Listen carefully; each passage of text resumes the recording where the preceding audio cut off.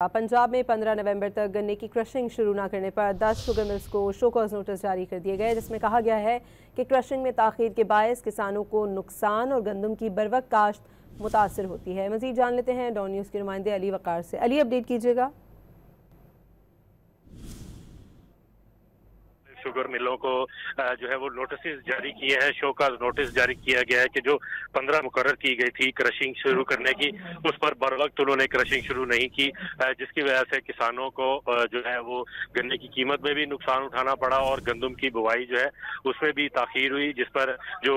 Act पास किया गया था हुकूमत की जानिब से नया कानून बनाया गया था, उसके मुताबिक जो भी शुगर मिलें जिन्होंने बर वक्त क्रशिंग शुरू नहीं की गई उनको यौमिया 50 लाख रुपए तक जुर्माना आयद किया जा सकता था। इस हवाले से कमिश्नर पंजाब ने इन शुगर मिलों को कहा है कि वो